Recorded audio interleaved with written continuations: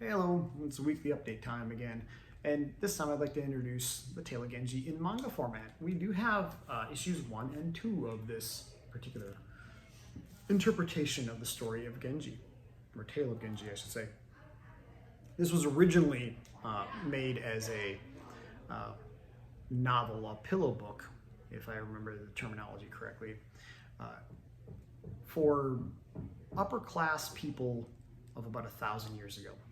So it's the Heian dynasty, or period, I should say, in Japan, like the 1000s-ish, for that time period. It was written by Murasaki Shikibu originally, and she was an aristocrat. She was in the upper classes, or the upper class of Japan at the time, and she wrote, people suspect, I should say, that all the characters she was writing into this book are basically inserts of people that she knew, including herself. And she ends up being like a suspected self-insert for the final love interest of Genji, the main character of the first arc, I guess we'll call it, of the story, and where the name comes from.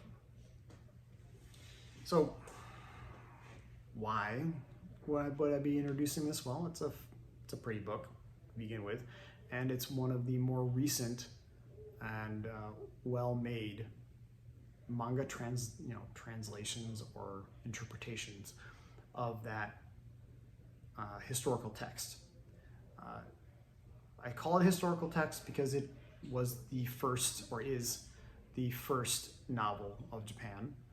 It is one of the first psychological novels as well, meaning that it's more focused on the he said, she said, and the kind of mindscape, emotional aspects of the human experience, as opposed to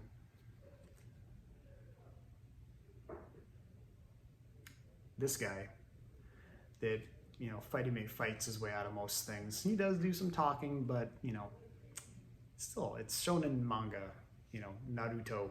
So you need fights and explosions for that kind of a storyline, which is not what a psychological novel is about. One of the other reasons why people still read the original, or the translation of the original text for the Tale of Genji, is that it is a what believed to be an accurate depiction of the daily life and interactions and kind of environment of the period, of the Heian period, medieval period of Japan.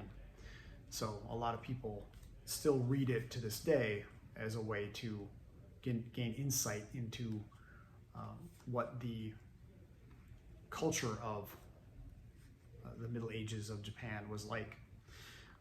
And when you do it in if you're doing it in a manga form, then you, as the person who is not a scholar of medieval Japan, can get some insights into like how they dressed and certain beauty choices. As you can see, like that long uncut hair, that's kind of a status quo thing for the ladies of the upper class at that time.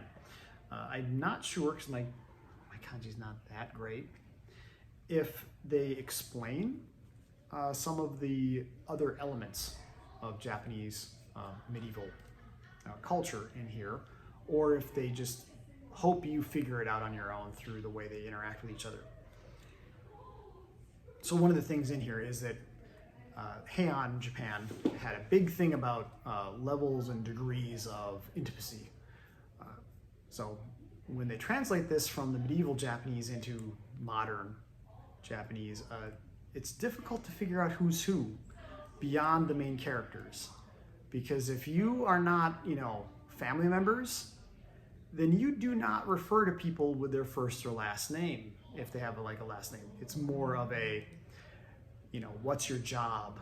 What is your relationship in like a professional sense to the people around you? So they'll talk about left minister, right minister, And sometimes the guy doing the right minister job changes to being the guy that does the left minister's job. It's the same guy, changed his job, but we only talk about what job he does.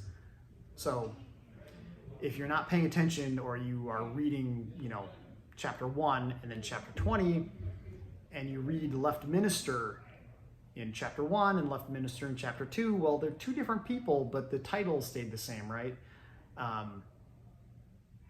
Because, the guy doing the job is different now. And if you're not paying attention, then you might not gather that there's a difference, and you'll get confused as to who did what. So through very careful analysis, people have kind of figured that out, and basically, for convenience sake, inserted names for some of these individuals that are not the main character, so that the average reader doesn't have to sit around with a piece of paper taking notes to remember, whether the left minister being talked about right now is the same one as 10 chapters ago or not, So that's kind of one of the interesting things about this whole experience, is that if you read it in a manga format, you don't have to worry about the name as much, because they're going to draw the same character the same way. So if he changes his job, you're still going to know who it is, right? Because it's going to be the same face, right? In each chapter. So you won't have to worry as much about that big issue when it comes to reading it in a strictly literary format, I guess. Word-only format, novel format, whatever. The other thing with that intimacy issue is that if when it comes to intimate relations, the spicy, saucy kind, if all it takes is for you to basically see somebody's face unfiltered. So if you see Genji just like this, then you've crossed the line and beyond the pale. You are now in intimate relations zone. And if both of you are reciprocal to it, then you can get all kinds of spicy and naughty just from that. And there's a couple moments in this story that we run into some trouble with this, because Genji, he's a bit of a playboy. I mean, this story is meant to entertain bored aristocrats, and one of the things that people like to do when they get bored, So the other one is, this is back in the day when you didn't have no internet and no incognito mode to go find yourself some spice. You had to get it in the written format back in the day. So this book has a lot of guy doing the exploits.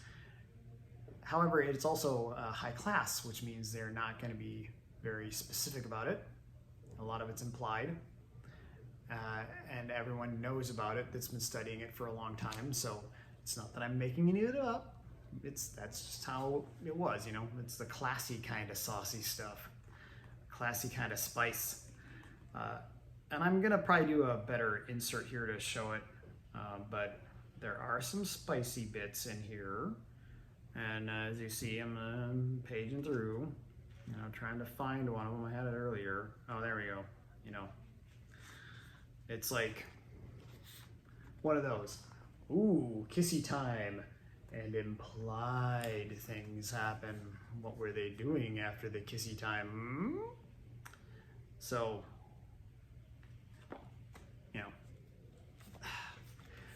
I keep flipping this way because the cover, I'm looking at it for me as opposed to for you.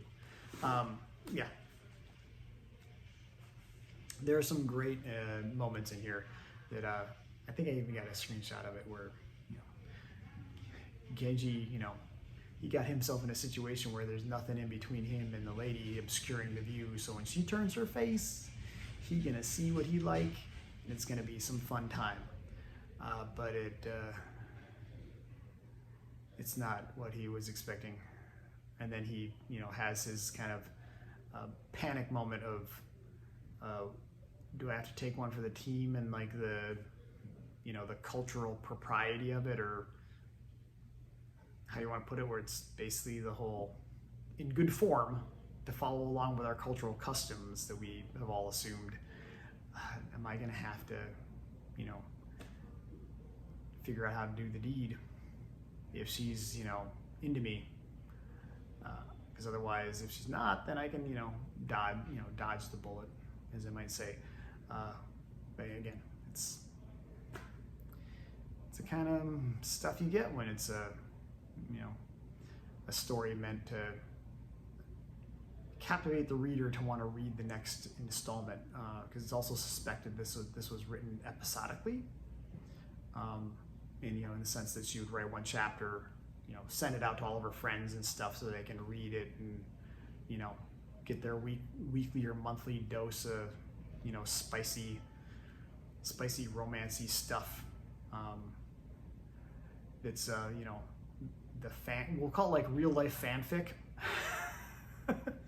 About what was, because she wrote about what she was experiencing, but like in a, in that fantastic way, so that it wasn't like gossip about people that she knew. It was more of a, making characters that were basically inserts of people in real life, and then shipping them together, and then sending it to her friends to read, and they can be like, oh no, you didn't, and have fun like that. Is kind of what I imagine was happening there, if she really was writing it in an episodic manner, which is one of the ways they think it happened. Anyways, there you have it. That's Tale of Genji in our store. Come and get it, and I will do probably one more video that's more about like just talking about the style of what it is, in its manga type, we'll call it, which is the shoujo style. Like and subscribe to our YouTube channel. Don't forget to come to the store that's in Waikiki. We're open from Tuesdays to Sundays, 10 to 5.